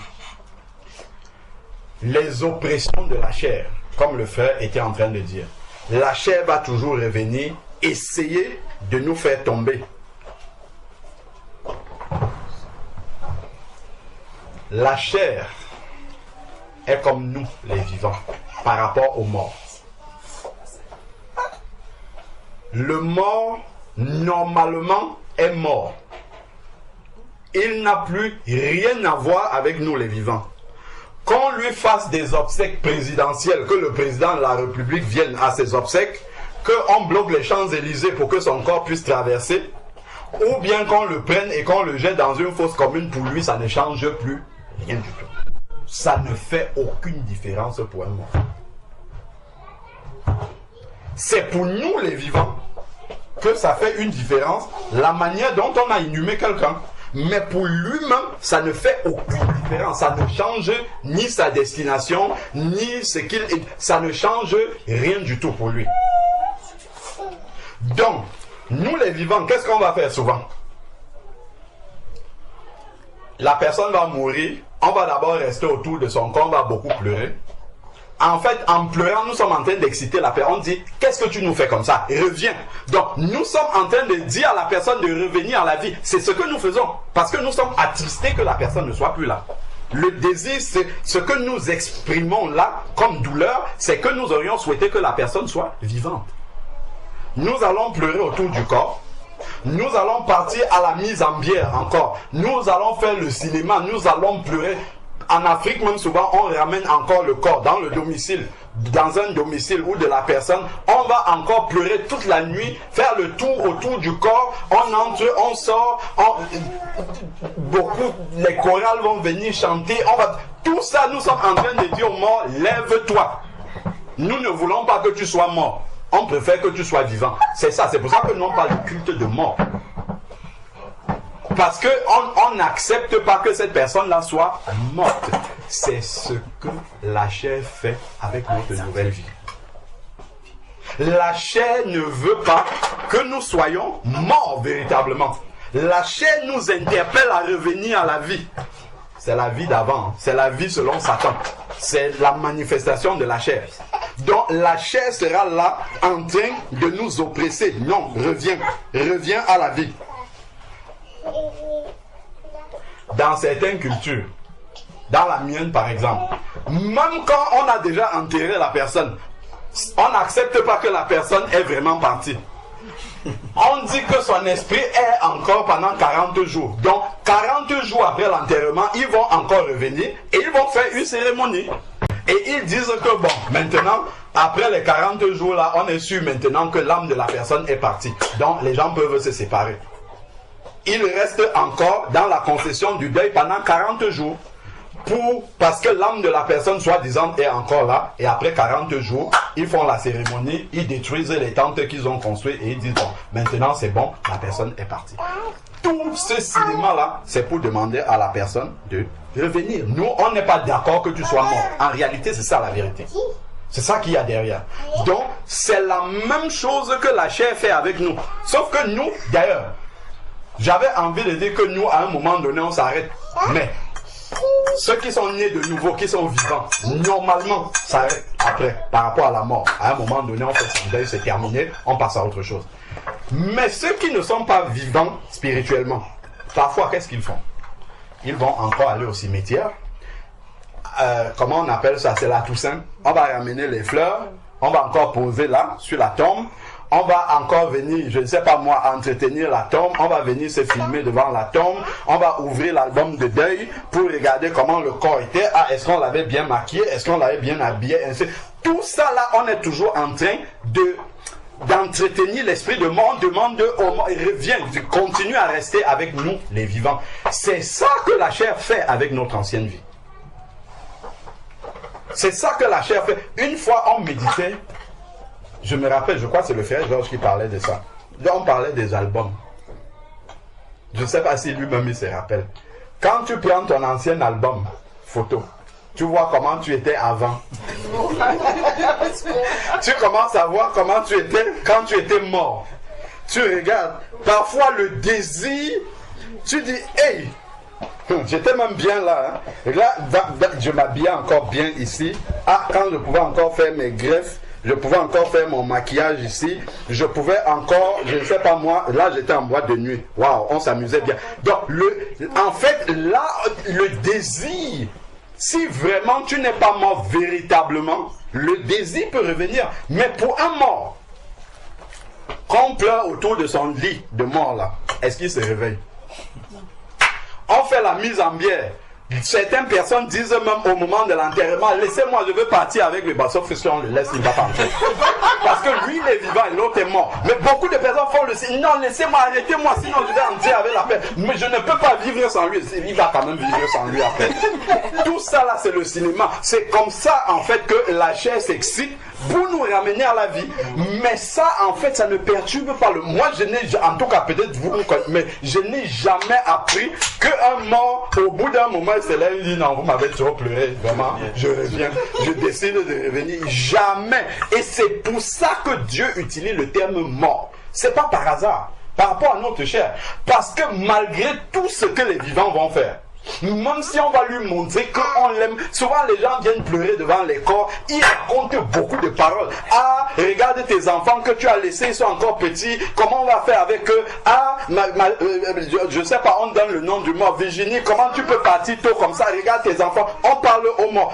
Si réellement le mort pouvait être encore sensible, je prends une maman par exemple, qui part, qui laisse des enfants petits comme ça, mais elle va se lever et dire que non, vraiment, la mort peut être laissée d'abord pour élever mes enfants.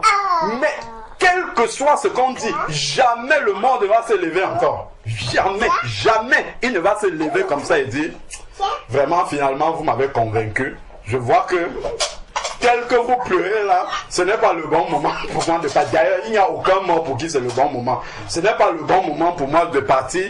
Tel que vous avez pleuré, je vois que j'ai encore beaucoup de choses à faire au milieu de vous les vivants, donc je vais revenir. Jamais, jamais. Le mort, on peut faire ce qu'on veut. Comme on disait, tu peux prendre l'eau chaude, tu verses sur lui, il ne se lève pas. Tu prends le feu, d'ailleurs, l'incinération, moi je n'ai jamais appris que quelqu'un a dit, wow, ça chauffe tellement, faites-moi sortir de l'incinération. Jamais. Même si tu le brûles, il va rester là, il va se laisser brûler. Après, on va venir avec les cendres, on va dire c'est lui qui est brûlé.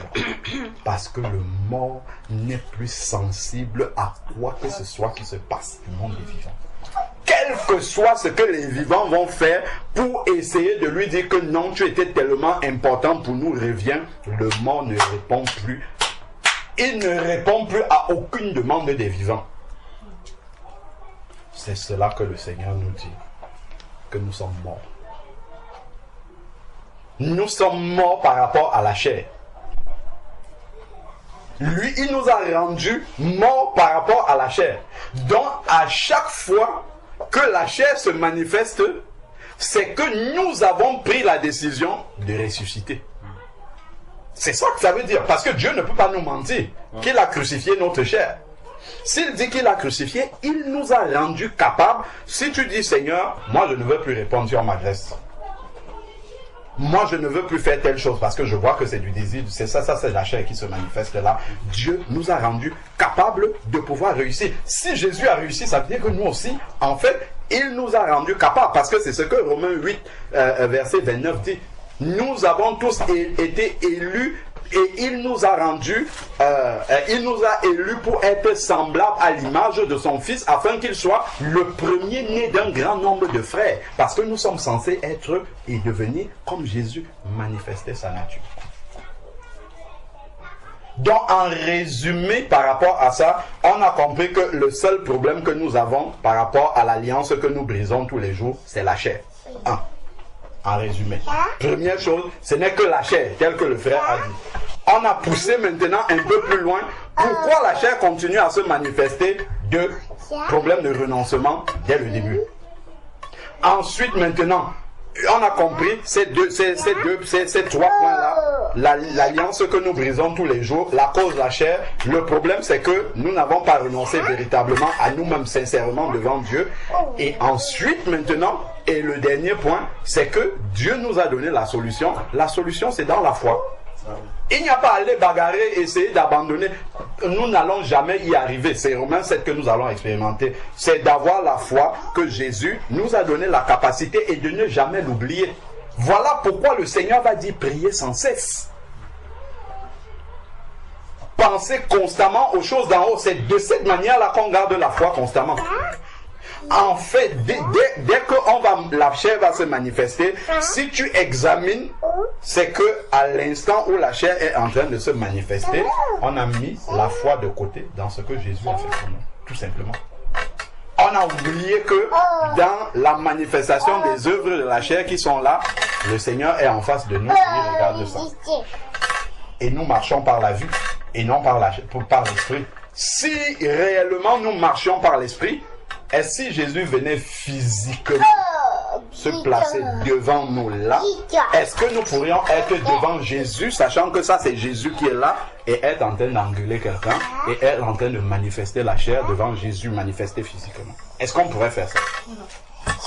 Tout le monde serait sage et doux comme nous si Jésus était physiquement devant lui. Mais comme nous marchons encore par la vue, et qu'il faut simplement avoir conscience spirituellement que le Seigneur est présent, ça nous pose un vrai problème. Parce que si quelqu'un est par exemple en train de manifester la chair, tu lui rappelles même, ma soeur, ça c'est la chair qui est en train de... Ben non, c'est le Seigneur qui me conduit comme ça. Si Jésus même était là, est-ce qu'il pouvait se tourner et dire, Seigneur, c'est toi qui me conduis comme ça?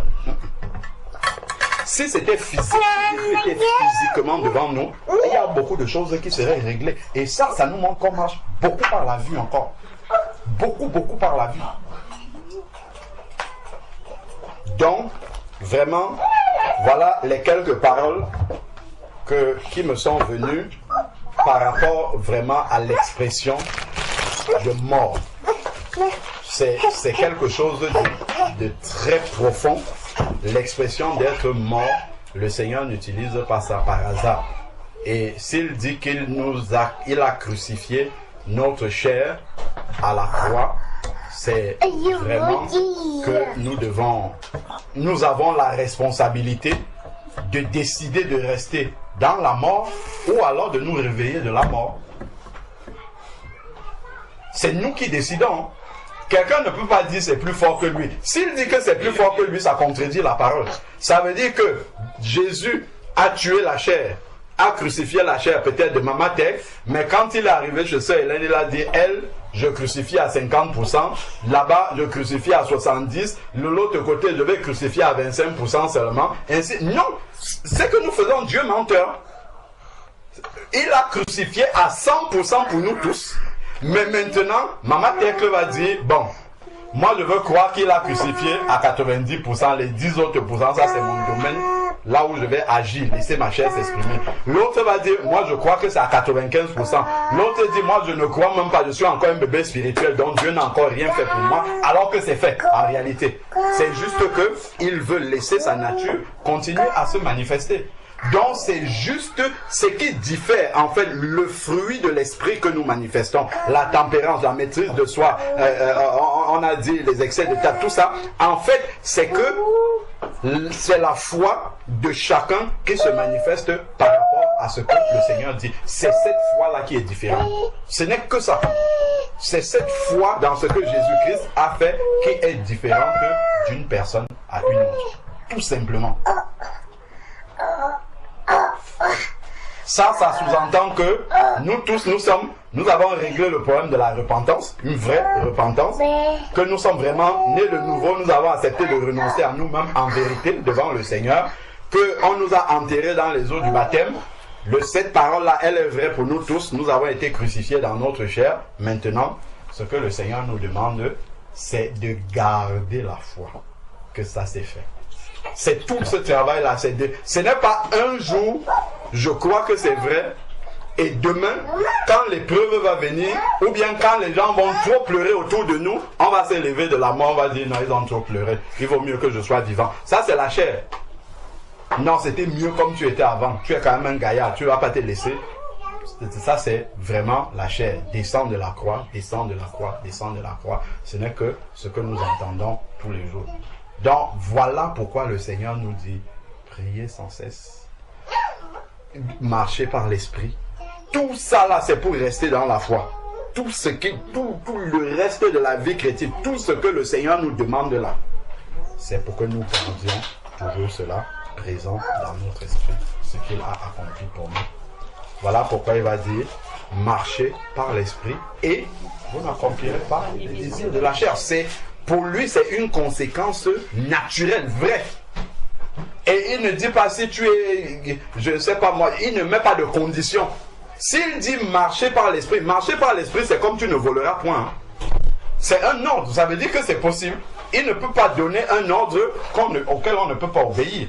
S'il dit marcher par l'esprit, comme étant un ordre, ça veut dire que cela est possible. Il faut juste avoir la foi que c'est possible et le désirer de tout son cœur. Et là, on va voir cela se manifester pratiquement. Donc si déjà nous commencions par nous donner des petites auto-évaluations en disant pendant 1 heure de temps je vais essayer de marcher par l'esprit. Pendant juste 1 heure, je ne parle pas de toute la journée parce que là c'est déjà un grand défi. Juste pendant 1 heure de temps, je vais essayer de marcher par l'esprit. Et je ne vais pas aller m'enfermer dans un monastère pour dire que c'est facile si je m'enferme tout seul de marcher par l'esprit. Puisqu'il n'y a personne autour de moi. Je peux bien marcher par l'esprit. Encore que même là-bas, les pensées vont m'attaquer. Il faut aller au milieu des gens, au milieu des collègues, parce que Jésus ne se cachait pas pour marcher dans l'esprit. Il était avec la foule, il était avec les pharisiens, il était avec les sadducéens, il était avec les hérodiens, il était avec eux tous là, il marchait par l'esprit au milieu d'eux. De dire pendant juste 1 heure de temps, je vais marcher par l'esprit. Quand je finis les 1 heure de temps là, je vais me mettre à part, je vais prier le Seigneur pour qu'il m'aide pour la 2e heure de marcher vraiment par l'esprit. Et ainsi de suite. Et après, ça sera comme un apprentissage. Parce que quand on dit marcher par l'esprit, on peut croire que c'est quelque chose de surnaturel. Marcher par l'esprit, c'est simplement d'avoir la parole de Dieu toujours présente dans notre esprit, c'est tout. C'est ça, marcher par l'esprit. Avoir toujours la parole de Dieu présente dans notre esprit et d'agir selon cette parole-là. Tout simplement. C'est de ne pas oublier la parole de Dieu. C'est ça, marcher par l'esprit. Parce que Jésus, même quand il est devant les gardes qui sont venus l'arrêter pour l'amener chez Pilate, Pierre va couper l'oreille de Malchus qui était là. Jésus n'a pas perdu la parole des yeux. Hein. Il va dire à Pierre, celui qui tue par l'épée, meurt par l'épée. Comment voudrais-tu que les Écritures s'accomplissent? Alors que sa chair physique était en train d'être meurtrie. Mais ses yeux n'ont pas bougé d'un iota des Écritures. Il est resté lucide sur les Écritures. Il dit à Pierre, comment veux-tu que la parole s'accomplisse? Ce qui est en train de se passer est ce qui a été écrit. Ça doit s'accomplir. Quand il vient auprès de Jean-Baptiste, Jean-Baptiste lui dit, non, c'est toi qui devrais me baptiser. Il aurait pu dire, mais oui, c'est vrai, comment je vais me faire baptiser par un petit comme ça? Non. Laissons accomplir toute justice. Toujours, il reste sur les Écritures.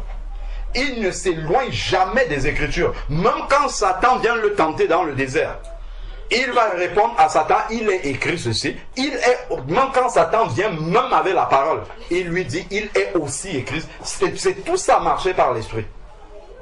C'est vraiment tout cela marcher par l'esprit. Ne jamais perdre la parole de Dieu, de notre pensée, et de toujours rechercher à marcher selon cette parole. Amen. Amen. Est-ce qu'on croit que c'est possible? Moi, je me pose la question à moi-même déjà. Hein. Parce que tout ce que je dis là, ce sont des constats pour moi-même. Je réalise que mon évangile est théorique. C'est vraiment très théorique. Ce qu'on lit là, c'est pourtant très profond, mais dans la pratique, c'est vraiment théorique en fait. Ce n'est pas de cette manière-là que j'ai acquis l'évangile en moi. Ça reste encore, il n'y a pas encore une symbiose complète dans ce que le Seigneur dit. Avec la parole. Il y a encore un peu de raisonnement. Raisonnement par rapport à ce que Dieu dit qu'il a déjà fait. Pourquoi? Parce qu'on regarde encore à soi-même. C'est ça. C'est ce que Pierre a fait. Quand tu regardes à toi-même, tu te dis, j'avais échoué hier. Pourquoi je vais réussir aujourd'hui? Ça va être progressivement. Alors que peut-être Dieu veut tuer ça tout de suite. Tu te dis, non, c'est progressivement qu'on y arrive. Donc si j'ai déjà réussi un peu, ce n'est pas mal. Et puis je m'assois là-dessus, je dis c'est bon. Et je n'avance pas. C'est parce qu'on ne laisse pas tout. Moi, le premier, on ne laisse pas tout entre les mains du Seigneur. On dit, voilà mes 5 pains et 2 poissons, c'est ce que j'ai. Mais, je n'ai pas gardé un demi-pain à côté. C'était 5 pains et demi, et peut-être 2 poissons et demi. J'ai gardé un demi-pain et je garde ça pour moi. Non, les 5 pains et 2 pains, c'est petit, mais c'est tout. C'est entier entre les mains du Seigneur. Je me suis donné totalement au Seigneur. C'est peu, mais ma décision dans le cœur est complète. De ne rien laisser en dehors du Seigneur. De ramener tout entre ses mains pour qu'il fasse ce qu'il a décidé. Et c'est là, parce que la totalité de ce qu'il y avait, le Seigneur a demandé, qu'est-ce qu'il y a? On a dit 5 pains et 2 poissons. Il a dit, amenez. C'est parce que tout était entre les mains du Seigneur qu'il a multiplié. Mais s'il restait un peu à gauche, à droite, et qu'on n'avait pas tout ramené, ça ne devait pas être la même chose. Donc ce n'est pas parce que c'est peu que Dieu ne peut rien en faire, mais il faut que ça soit entièrement entre les mains du Seigneur. Que notre décision soit complète dans notre cœur de vraiment obéir. Donc, que ma chair se réveille, et il faut que je laisse mon frère et ma soeur qui est à côté de moi. Son travail en face de moi, c'est de pouvoir réveiller ma chair. Sinon, ça serait facile. Ça serait tellement facile s'il n'y avait pas mon frère et il n'y avait pas ma soeur. C'est pour ça que Dieu dit, persévérer dans la communion fraternelle. Parce que c'est là que tu vas voir réellement si ta chair, elle est morte. Parce que encore c'est facile de manifester l'œuvre de l'esprit devant un païen. Moi, je crois que ça peut être facile. Bon, quoique ça dépend du païen qui est en face de toi. Mais c'est plus facile de dire je ne réponds pas. Mais quand c'est un frère, une soeur qui te fait quelque chose, ça te fait plus mal. Parce que tu te dis, ça c'est quelqu'un qui est censé comprendre, mais pourquoi il me fait ça? Donc là, on va plus raisonner. C'est pour ça que le Seigneur dit, la communion fraternelle. Même parmi les disciples, il y avait ça. Quand il revient, qui sera le plus grand parmi nous? Ils avaient souvent des discussions. Jésus les regardait, mais vous êtes avec moi, c'est ça qui vous intéresse? Qui sera le plus grand? C'est comment? Donc, ils étaient souvent complètement à côté de la plaque. On leur parle du baptême dans le Saint-Esprit. C'est à ce moment-là que Israël va être restauré. Et le Seigneur dit, les temps et les moments, ce n'est pas à vous de décider de ça. On voit qu'ils étaient complètement à côté. Donc, mon frère, ma soeur, mon épouse à côté de moi, mon mari même inconverti, est un instrument de Dieu pour travailler ma chair. Amen, amen, amen. D'ailleurs, je dois bénir le Seigneur pour mon mari inconverti. Amen, amen, amen. Pour ça, ce n'est pas ma chair qui va bénir. Mais si je commence à regarder cela de cette façon-là, je rends grâce à Dieu parce que ma chair va vraiment être travaillée. Elle va être travaillée, bien sûr, l'idéal c'est de prier, de continuer à prier pour qu'il se convertisse, mais je ne dois plus continuer à regarder mon mari inconverti comme étant la plus grande malédiction que j'ai dans ma vie. Dans ce sens-là, non. Je peux comprendre aussi que, comme il est là, tant qu'il est encore comme ça, il y a quelque chose que Dieu travaille en moi. D'ailleurs, le jour même où il va se convertir, il ne va pas manifester la nature de Christ le lendemain. Il va peut-être un peu changer, mais il y aura encore des choses qu'il va continuer à manifester qui ne seront pas de Christ. Et ça va travailler la nature en nous. Donc, vraiment, la communion fraternelle, c'est quelque chose que le Seigneur a institué, entre autres, pour renforcer ces liens de fraternité, mais aussi pour que la chair puisse mourir. Le mariage est encore un autre cadre où le Seigneur a prévu pour que la chair puisse encore mourir davantage. Donc, le Seigneur a mis toute forme d'organisation de notre vie pour que à chaque moment la chair puisse être en train de rester dans la mort et nous permettre de voir où est-ce que nous en sommes vraiment dans la foi que nous manifestons par rapport au fait que le Seigneur a crucifié notre chair à la croix.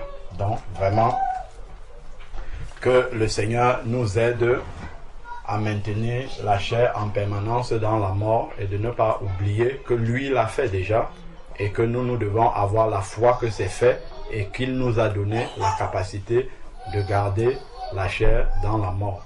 Amen. Amen.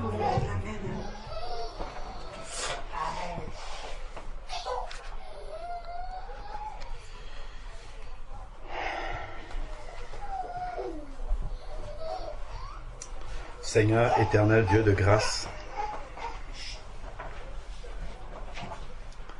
Père, nous voici encore devant ta parole. Oh, tu nous tiens par la main pour nous amener un peu plus loin dans la compréhension des mots que tu utilises dans ta parole. Père, nous savons que tu n'utilises pas un mot pour ne rien dire. Et nous nous rendons compte, Seigneur Dieu, de combien notre foi est encore faible. Comme les disciples disaient, augmente notre foi. Nous réalisons pourquoi, Seigneur Dieu Tout-Puissant, devant ta parole, ils étaient amenés à formuler une telle demande. Parfois, Seigneur Dieu, nous pouvons croire que nous avons déjà acquis certaines choses. Mais lorsque nous regardons les mots que tu utilises dans ta parole, nous nous rendons compte combien notre marche est encore fragile, combien notre compréhension, Seigneur Dieu Tout-Puissant, de l'œuvre de la croix est encore limitée, combien notre foi est encore faible devant ce que tu as accompli pour nous, Seigneur Père. Seigneur, nous voyons trop souvent la chair se manifester encore au travers de nous. Nous voyons trop souvent encore notre chair tellement vivante, Seigneur Père éternel. Seigneur Dieu, nous comprenons qu'il y a un problème. Il y a un problème dans notre marche. Nous comprenons que nous n'avons pas véritablement renoncé à nous-mêmes. Seigneur Dieu, aie pitié de moi, aie pitié de nous, aie pitié encore de tous ces domaines que nous gardons encore sous notre protection. Seigneur Dieu, tu nous dis, si ce n'est l'Éternel qui veille, ceux qui veillent, veillent en vain. Père, nous ne pouvons point garder aucun domaine de notre vie, Seigneur Père éternel. Seigneur Dieu, viens nous aider encore. Tu nous as dit, marchez par l'Esprit et vous n'accomplirez pas les désirs de la chair. Nous voici devant toi, désirant, Seigneur Père éternel, de pouvoir vivre ces paroles. Seigneur Dieu Tout-Puissant, aide-nous à garder précieusement ta parole constamment, Seigneur Dieu, dans nos cœurs. Seigneur Père éternel, lorsque tu nous dis que le sage a bâti sa maison en creusant, la tempête est venue, elle a frappé. Père, nous savons que constamment notre maison est mise à l'épreuve. Au quotidien, Seigneur Père éternel, notre maison est mise à l'épreuve. Et nous voyons comment la chair se manifeste encore tant de fois. Nous réalisons que parfois, Seigneur Dieu, tu nous révèles par là que notre maison est bâtie sur du sable. Père, nous avons besoin de revenir encore. De revenir à la fondation pour bien bâtir, pour creuser encore profondément, Père éternel. Viens encore révéler ces paroles de la mort, que nous sommes morts, que notre chair est morte, que tu nous as donné la capacité véritablement de vivre une vie de résurrection avec toi. Père, que cela puisse ne plus être théorique pour nous, mais une réalité, Seigneur Père. Amen. Seigneur Dieu, tu vois que nous avons du mal à comprendre. Parle un langage que notre cœur peut comprendre.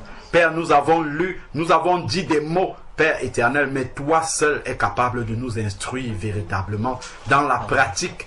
Seigneur Dieu, c'est pour cela que tu étais toi-même physiquement avec tes disciples au quotidien pour leur montrer comment faire. Seigneur Dieu, que ton esprit nous conduise aussi dans la pratique. Que nous apprenions comme des enfants, Seigneur Père éternel, à se laisser éduquer par ton esprit, à marcher véritablement par l'esprit. Seigneur Père éternel, nous te bénissons encore pour tes instructions.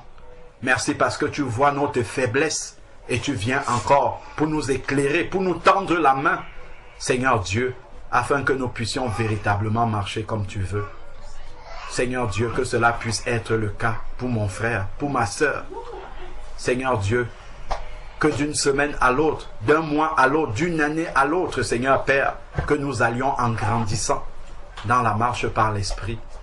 Car nous savons que c'est à cela même que tu nous appelles et c'est cela qui réjouit ton cœur.